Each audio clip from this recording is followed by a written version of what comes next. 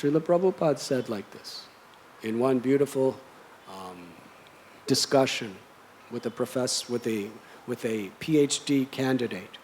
So what is the use of speaking high philosophy without good character?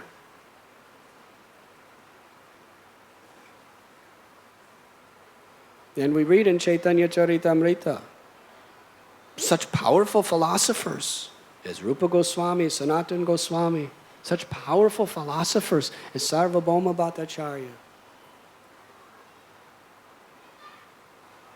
But in their lives, we see that it is always integrated with perfect character. And in this regard, perfect character, it is being emphasized, the points of being humble and offering respect to others.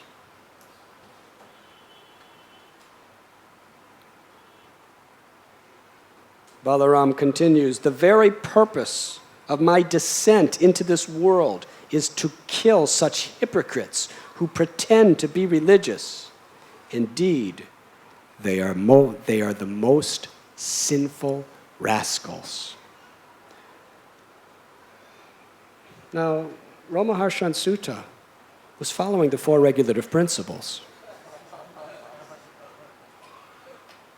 No illicit sex, no intoxication, no gambling, no meat eating. All day long he was studying Vedas, serving his guru, Vyasadeva, associating with all these sadhus. He wasn't going to the movies. He wasn't getting intoxicated. He wasn't looking at other ladies.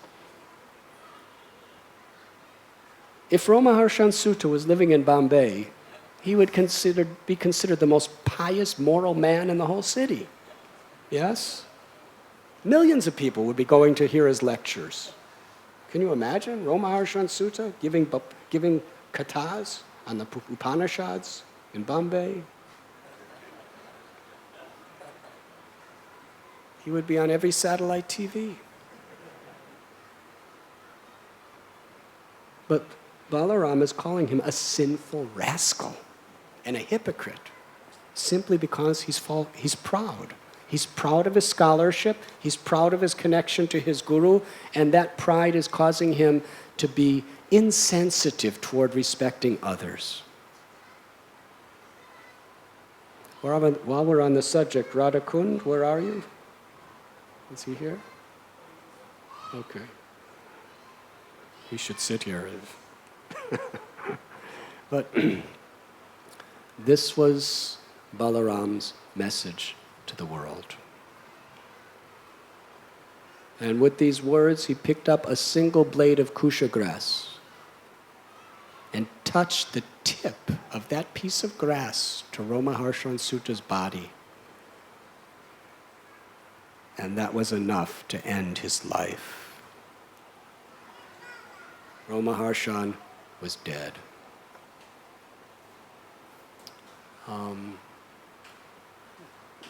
The sages and Brahmins, they were shocked at what they just saw. I mean, what did he do? All he did is not stand up. And he got capital punishment for just not standing up. But it's a very, very important lesson. Balaram wanted us to learn this. Trinadapi sunichena taror iba sihishnana. Amanina manadena kirtaniya sadahari. If you want to please Krishna, be humble like a blade of grass, tolerant like a tree. Offer all respect to others and do not expect respect for each other, for oneself. And always chant the names of the Lord. Balaram was very, very strongly emphasizing this verse.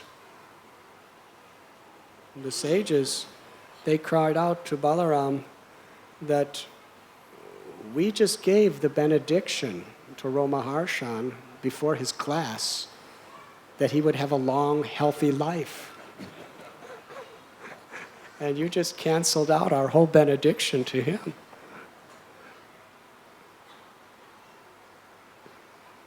Now you're the Supreme Personality of Godhead. You are fully independent. You can do anything you like, anytime you like. So there's no fault in you. But because you come to this world to establish pure religious principles, please show the world by your example how great you are. If you make a mistake on a relative plane, that you're willing to atone for it. You don't have to atone, because you're perfect. But if you atone for this offense, it will show the example for all others what they must do. So Balaram accepted. I will do whatever you say. With my power, if you like, I'll bring Romaharshan Sutta back to life and give the benediction back to him. They said, no, you've already done. But he has a son, and the father lives through the son. Ugrashrava. Transfer the blessing we gave to Romaharshan to his son. And that son became Sutta Goswami, the second speaker of Srimad Bhagavatam to the sages of Naimisharanya. And Balaram wanted to do some more atonement. They said there is a demon named Balvala who's coming and harassing us whenever we try to do proper religious activities and yajnas. So Balaram waited for Balvala and took his plow and liberated him. Just to show that even he's the Supreme Personality of Godhead. He honored and respected the Brahmins, the Vaishnavas, the sages, and atoned for a mistake he never really even did. That is Lord Balaram's lesson to the world. His own prideless willingness to reciprocate with the will of his devotees is a great lesson for all of us, and especially how he would not tolerate the corruption of false pride in the heart of his devotees, or in the heart of the Kurus, of his devotee Vivida, or even this disciple of Vyasadeva.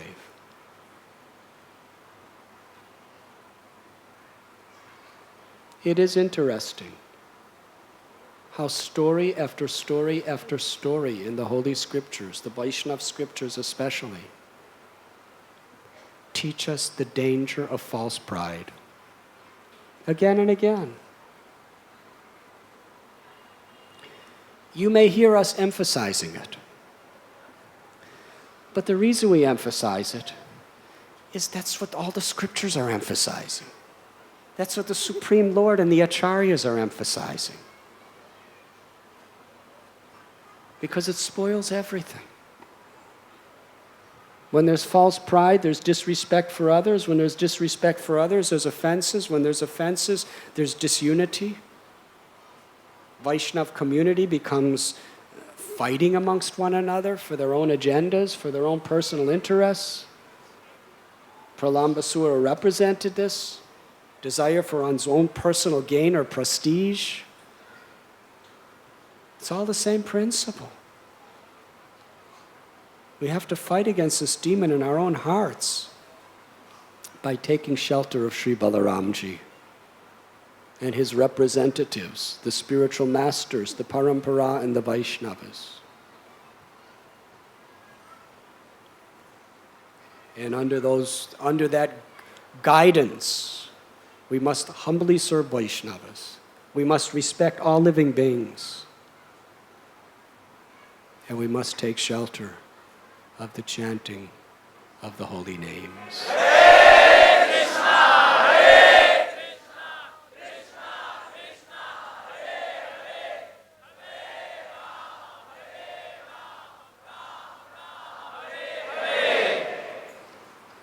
And that Balaramji, he appears in the Kali Yuga as the son of Padmavati and Hadai Pandit in the village of Ekachakra as Lord Nityananda. Brajendra Nandana Jai Sachi Sutta Hoilo Se Balarama Hoilo Nitai. Krishna descends as the son of Sachi. And Balaramji has come as Lord Nityananda Prabhu. And again, as the supreme manifestation of Guru Tattva to teach us by his example and by his words, he has accepted the most humble position. We have seen the power of Balaram, but in the role of Nityananda Prabhu, he's going to demons,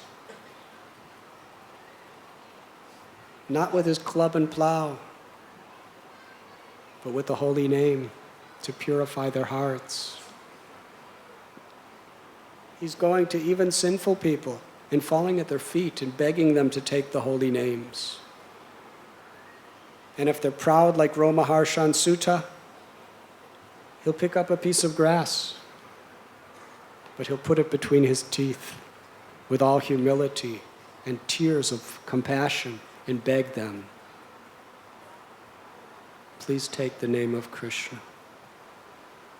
Take the name of Lord Chaitanya, and you will be my life and soul.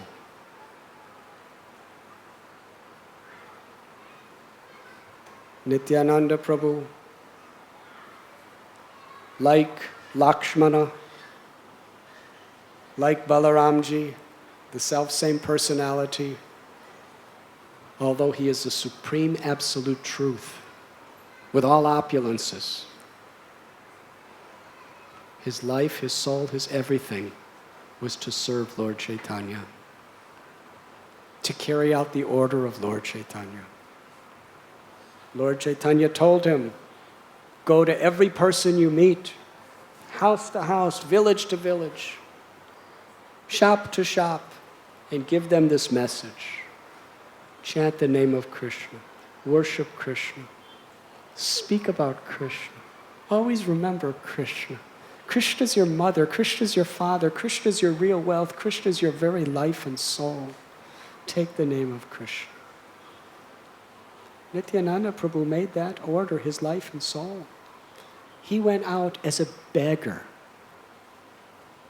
The supreme truth, the husband of the goddess of fortune, becomes a beggar. But he's not begging to take anything from you. He's begging you to take the highest wealth from him. What kind of beggar is that? When you're riding in the streets of Bombay and the beggars knock on your door, wouldn't it be surprise if one of them just says, I beg you, please take this 1 crore of rupees. Please take this 24-carat diamond ring. Please, please, I beg you, take it. Take this bakshish, take this. Did you ever meet a beggar like that? That was Lord Nityananda Prabhu. He was begging. If he was in Bombay today, he'd be knocking on the windows.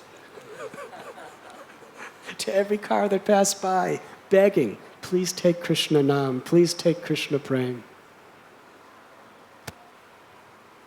Such a humble role, begging to give us Krishna, begging to give us happiness, eternal happiness.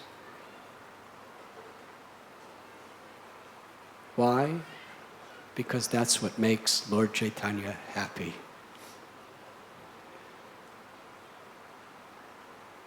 Lord Chaitanya came to this world to give the highest ecstasies of Braj Ras, love of God, in the mood of the Gopas and Gopis of Vrindavan, through the chanting of the holy names. So Nityananda Prabhu made his life and soul to please Lord Chaitanya by giving this mercy. And that is what preaching is about. Preaching is about being a beggar. Beggars should not be proud. Beggars should be very humble. But we're not begging to take anything from anyone. We're begging to give. To give Krishna. To give love of God. And why are we willing to take positions of beggars in this way? Because it pleases Krishna.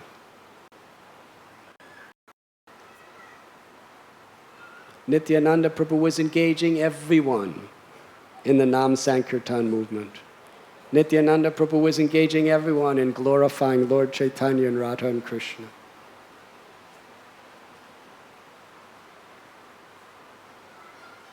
His Divine Grace, A.C. Bhaktivedanta Swami Prabhupada, being the divinely empowered, beloved servant of Lord Nityananda, has traveled the whole world as the ambassador of that compassion. He has connected us to Lord Balaram, Lord Nityananda, eternally. So let us pray on this auspicious day to Sri Balaram, Nityananda, that with the plow and the club of his divine hand, he may destroy the demons of pride, lust, anger, greed, envy, and illusion that is within our hearts. Because these are factually the only impediments between us and God. Yes, let us pray to Balaram to rescue us from these demons within. And let us pray to Lord Balaram Nityananda Prabhu that through his most powerful weapon of the holy name, he will transform all of these anarthas into divine assets to be utilized in the service of the Lord. Let us pray to Lord Balaram, Nityananda Prabhu, that by his causeless infinite mercy, just flowing through the parampara, that we can please his beloved Lord, Krishna Chaitanya, by chanting the holy names with a pure and humble heart.